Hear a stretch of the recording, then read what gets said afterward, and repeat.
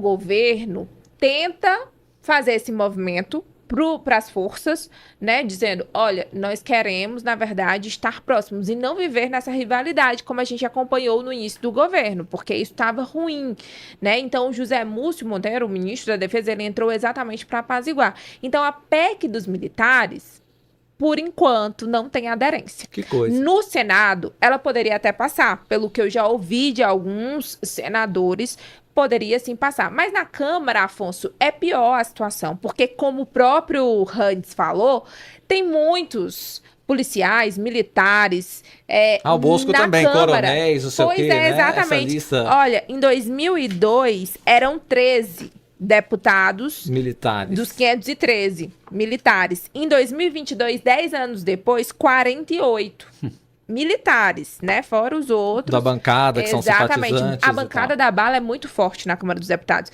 E eles estão trabalhando contra, atrapalhando, né, essa proposta de emenda à Constituição. Você foi até generosa com o Jacques Wagner. Ele não falou só que não é prioridade. Ele disse assim: PEC dos militares é nossa 30ª prioridade, Bosco. Ou seja, tem outras 29. Será que ele contou ao dedo assim ou foi mais ou menos? Eu sei que 30ª tá difícil, hein, Bosco? Então, realmente, não é prioridade. Embora seja um desejo do ministro da Defesa, não é? Que pelo menos tem articulado um pouco essa proposta, conversou, como a Ranieri trouxe, com o próprio Jacques Wagner, né? Zé Múcio é aquilo que a gente chama na política de peixe ensaboado, né, Afonso? Ali é o seguinte, essa questão, tudo isso que nós comentamos aqui, PEC dali, uma PEC mais amena, uma PEC mais dura, uma PEC, são todos, assim, estradas vicinais, caminhos que estão se usando para contornar, evitar o enfrentamento de uma questão que tem que ser enfrentada em algum dia, né? Isso mostra que Qual questão? a questão é a tutela militar. Eu acho que isso aqui não vai nem o radicalismo nisso. Não tem que ter militar candidato. É uma incoerência, sabe, com tudo, com o espírito da Constituição, não é? Você vê o seguinte, pega o nosso citado aqui, General Mourão, né? Ele é um conspirador quanto mais. A vida toda de militar dele, ele foi conspirador. Ele conspirou no governo Dilma, ele conspirou no governo Temer. Ele só não conspirou no governo Bolsonaro porque a família Bolsonaro percebeu e bloqueou ele. Mas você vê que ele não voltou a ser vice de Bolsonaro. Ele se candidatou ao Senado porque já estava vetado para esse lugar. Então, esse espírito de conspiração, sabe? Essa coisa que a gente percebe todas as vezes que tem governo militar, ou que tem militar atuante na política, é que está escrito na história do Brasil, em diversos ciclos da nossa história. Então, isso tem que ter um fim. Enquanto você fizer um caminho que busca amenizar, fazer uma espécie de remendo e tudo, isso não terá fim, não é? Eu não vejo sentido nenhum em uma comissão que até se chama bancada da bala, imagine você, discorrer, discutir, debater, influir e votar uma política de segurança pública para o país. Não vejo sentido nisso. Veja o seguinte, vamos pegar o caso Marielle. Era o chefe da Polícia Civil do Rio, o mandante, não é? Evaldo Barbosa. E a gente sabe, ele será o único, você entende? Então, Sim. eles estão fazendo as regras e eles estão fazendo também a desobediência a essas próprias regras. Então, política não é assunto para militar. O militar tem de se conformar com isso porque ele fez uma escolha de carreira. Uma escolha para uma carreira que é uma carreira de sacrifício, de subordinação ao poder civil e de responsabilidade por ser poder armado. Tem restrições? Tem. Como outras carreiras também tem, né? Então, se escolheu essa carreira, é uma carreira para servir ao país, sabe? Mas não é servir o país com as suas ideias políticas, não. É servir com a sua dedicação subordinada à Constituição. Essa foi uma escolha deles, não é? Enfim, vamos ficar aqui falando disso a vida toda, mas não acredito que o governo, eu acho que o país perde uma oportunidade, talvez já tenha perdido, porque essa tentativa de golpe, ela, ao contrário das anteriores, ou dos golpes anteriores, e talvez por isso ela não tenha dado certo, né? Ela se deu em outros tempos, tempos tecnológicos, tempos de transparência tecnológica, que o mundo já viveu a sua mais recente revolução, que foi a informática. Então, muito difícil, muito diferente de você dar um golpe naqueles tempos, em que uma ditadura, para prevalecer, ela tem que ter o controle da informação. Uhum. Hoje eles não têm. Então, enfim, perde-se uma oportunidade, porque foi, por assim dizer, Afonso, um flagrante o que aconteceu. Um flagrante de uma tentativa de golpe. Foram pegos com a mão na massa, foram pegos. Não tem saída para aqueles que estão indiciados, porque as provas são muito claras, não é? Os áudios, os vídeos, enfim, documentos. É uma oportunidade que o país tinha de pôr isso em pratos limpos de uma vez. As falas do Mauro Cid, elas são muito fortes. Então, a situação jurídico-processual do ex-presidente Bolsonaro é muito difícil, né?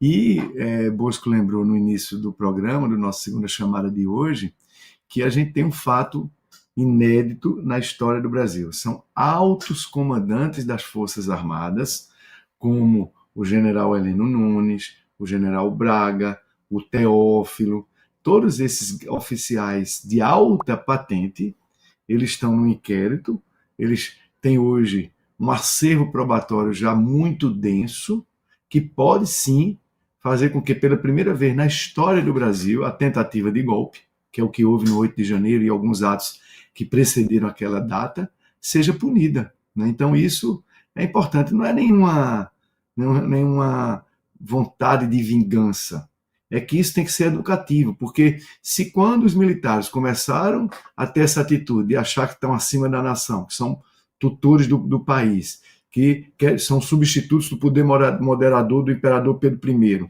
enquanto eles achassem isso e tomassem os atos que praticaram ao longo da nossa história, e aqueles que praticaram esses atos fossem punidos, talvez agora, em janeiro de 2023, eles não tivessem tentado um novo golpe. Né? Então, não é a punição pela punição, é a punição pelo efeito pedagógico, para marcar uma ruptura com a história institucional do Brasil.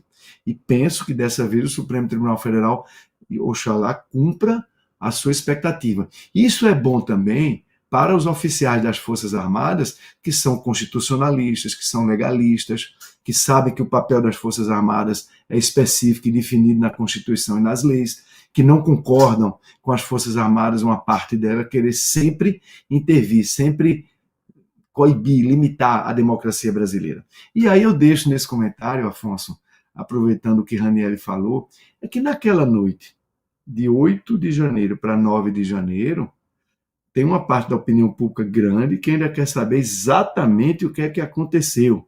Porque quando as tropas da Polícia Militar, comandadas pelo interventor Carpelli, Ricardo Carpelli, quando se dirigiram ao quartel-general do Exército, ali alguém disse, por exemplo, naquele documentário da Globo News, que estavam o quê? O Exército colocou os seus tanques voltados contra a força da ordem, porque a ordem do Estado brasileiro ali era representada pelo interventor, que foi lá para desfazer e prender pessoas que tinham participado de um crime. Então, o que é que aconteceu naquela noite? Muita gente saiu. Não se fez nada, se negociou, e enquanto isso, provavelmente parentes, né, pessoas ligadas ao alto comando, a parte que queria dar o golpe, que a gente viu aí o general Freire Gomes, o brigadeiro Batista, esses não quiseram dar o golpe, mas o almirante da Marinha, que eu esqueci o nome dele agora. Almir Garnier. Isso. Como é o nome dele? Almir Garnier Santos. Almir Garnier, claramente ele queria dar o golpe.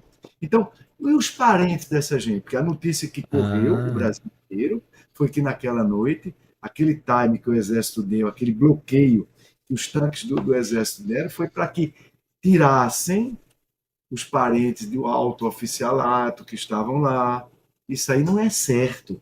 Então a nação quer saber e se essas pessoas que foram tiradas lá, pelo menos quem foram essas pessoas. Porque Ah. se comenta, sem muita prova, mas se comenta, e o povo aumenta, mas não inventa. Que tem parentes, né, do alto oficialato do Exército Brasileiro e que foram libertados naquela madrugada. Isso não está certo. Aí aquele que não O, era parente do alto oficial está preso, está sendo processado. E esses foram tirados e não foram sequer, né, A investigados. carreira do Mauro Cid, militar, está encerrada. Está encerrada, não há o que se falar disso mais, não é?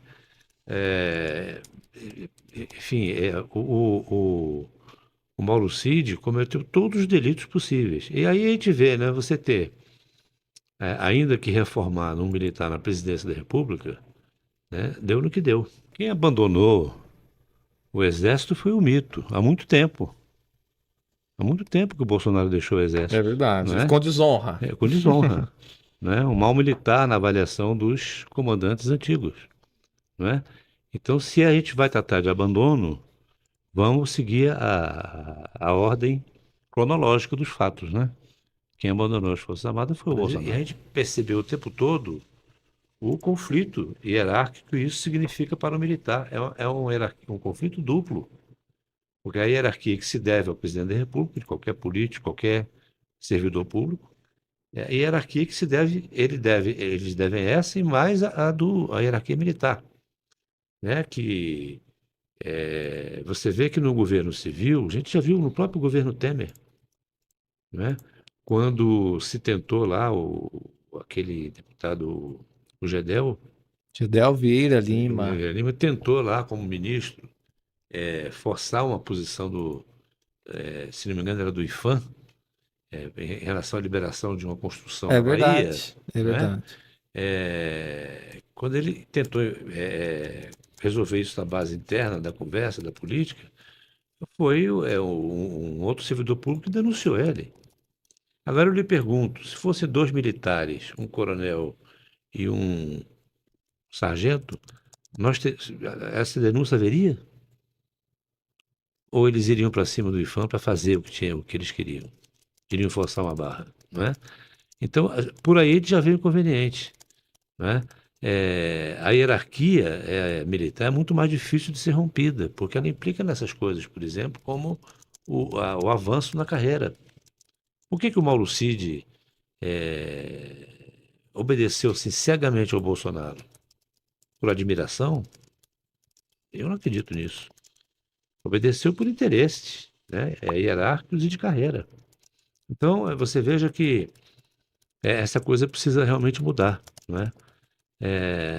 Avançamos, é de se louvar a iniciativa do Tomás Paiva, mas eu acho que ainda falta muita coisa, muito caminho para a gente chegar minimamente numa situação melhor.